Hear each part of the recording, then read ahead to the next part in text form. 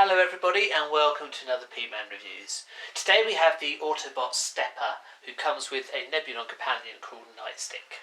Stepper was originally released in Japan only and is clearly a redeco of Jazz. Nightstick is actually Cyclonus's Nebulon companion as well. There is a little bit of reworking done to that compared with Cyclonus.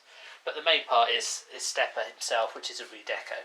This is the commemorative edition release. As you can see, the colour scheme is slightly different, so there's no flames on him. It's actually quite a stylish colour scheme with the gold and the black. In terms of Nightstick, he can transform like thus to produce the gun. That's it. This doesn't move back or anything as well, which I believe it should do. Certainly it does on the other Nebulons. In terms of attaching to Jazz, sorry, it looks like Jazz, it's not, it's Stepper, really, it's just the deco is different.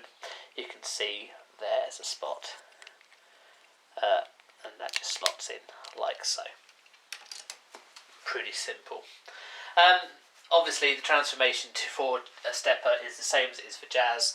The guys are near identical as well. So, as this is released, it was actually released originally towards the end of the 80s, but because it's the G1 mould, it still has the same degree of articulation and transformation. So the arms are like that, you just need to separate them, rotate the wheel around, and take that wheel around like thus. That flips up, doors flip open like that. Now, this does flip up like that. You just need to extend that to begin with, however. And as you can see, these become the feet. So what we now need to do is rotate that up. Does this come apart? It does a little bit. See, just do it like that. So we've got like that. Helps kind of just to get an idea of what's going on in the back as well. So you want to make sure that these are parted now. Feet then rotate up like thus. Now, this gold part here you actually want to have visible. So, did you see that? Flip that back. So you've got little hooks there, come back like that. You then flip this up like that, makes the gold chest bit come available. Which is great, in all except you can't really see it when the chest comes down, but I guess the shiny does kind of flip through a bit. And then you just sort out the arms.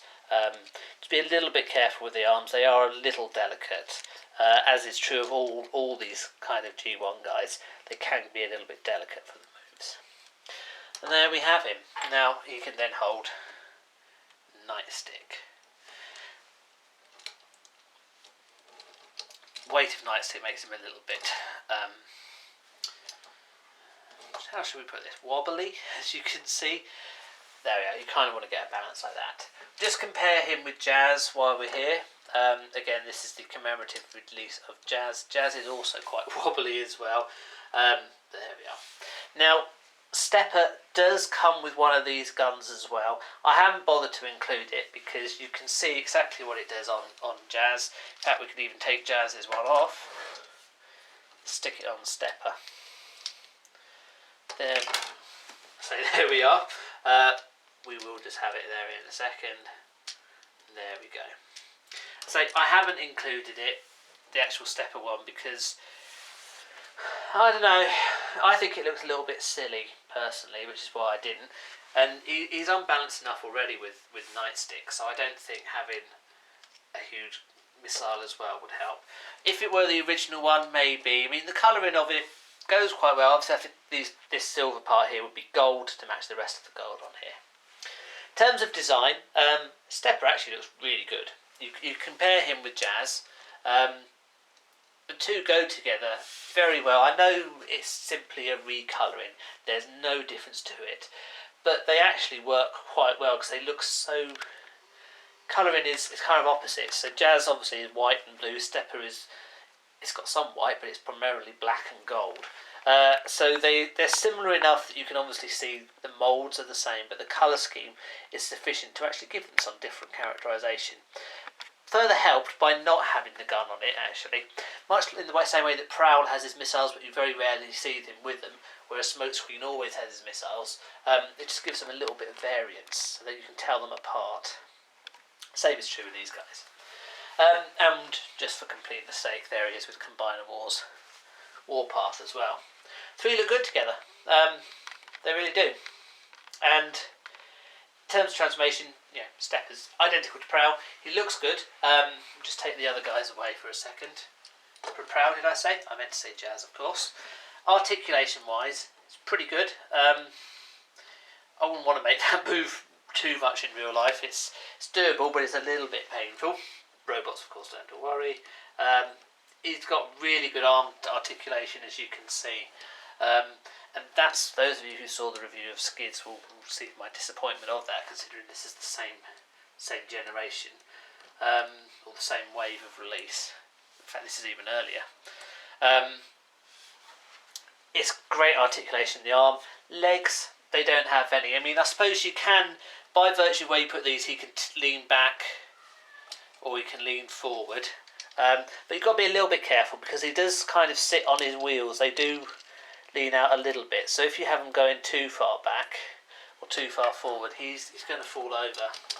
There we are. It helps moving that out.